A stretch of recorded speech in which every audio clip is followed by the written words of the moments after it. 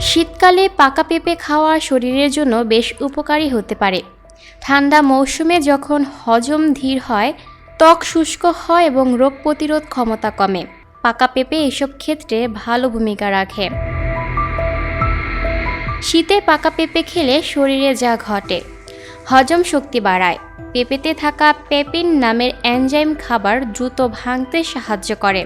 শীতে হজম ধীর হয়, তাই পেঁপে কোষ্ঠকাঠিন্য, গ্যাস ও বদহজম কমাতে সহায়ক।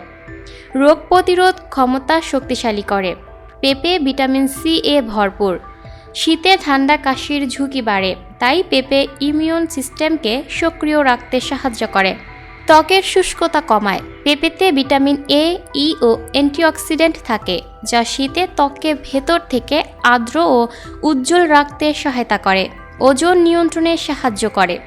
পাকা পেঁপে কম ক্যালোরি ও বেশি ফাইবারযুক্ত, ফলে পেট ভরা রাখে এবং শীতে বৃদ্ধি পাওয়া খাবারের চাহিদা কিছুটা নিয়ন্ত্রণে রাখে। ঠান্ডায় শরীরকে পুষ্টি যোগায়। ফলটিতে পটাশিয়াম, ফলিক অ্যাসিড, অ্যান্টিঅক্সিডেন্ট সহ বিভিন্ন ভিটামিন, মিনারেল থাকে, যা শীতে শরীরের শক্তি ধরে রাখতে সাহায্য করে। কারা সতর্ক হয়ে খাবেন? যাদের পাচনতন্ত্র খুব দুর্বল, তাদের জন্য বেশি পাকা পেঁপে একসাথে খেলে ডায়রিয়া হতে পারে। ডায়াবেটিস রোগীরা পরিমাণ নিয়ন্ত্রণে রেখে খাবেন।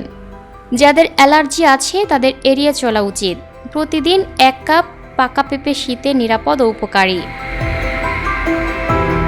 Lucky Akter, up to date news, Dhaka.